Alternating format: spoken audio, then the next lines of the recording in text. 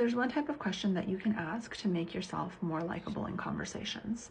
So, in a recent book called Talk, The Science of Conversation, Alison Wood Brooks did research on analyzing over 300 conversations, and she came up with 4 categorizations for questions in conversations. Those categorizations are introductory questions, so the typical, hi, how are you? What are you doing? What do you do for work? Mirroring questions, which is reciprocating back to the person information that they told you.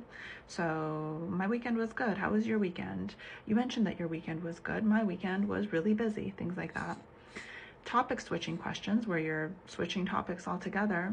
And then follow-up questions, which is digging deeper into what the other person told you. And so she found that it's the follow-up questions that really built connection and made people more likable in conversations. And that's because this allowed the other person to really see that you care and you're listening.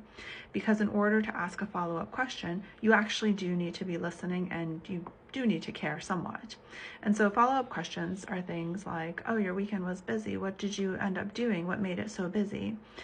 Things like, you said work was stressful. What happened? What's making work so stressful? Things like that. So to essentially ask for more information.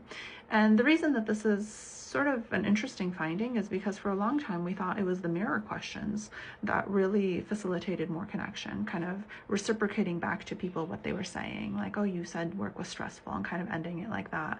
And a lot of people, the way that they speak is, if I tell you that my work is stressful, you will tell me that your work is stressful. And you think that offering that information up in conversation allows us to form connection better and allows you to kind of be more likable because you're offering up something that's a similarity to what I said.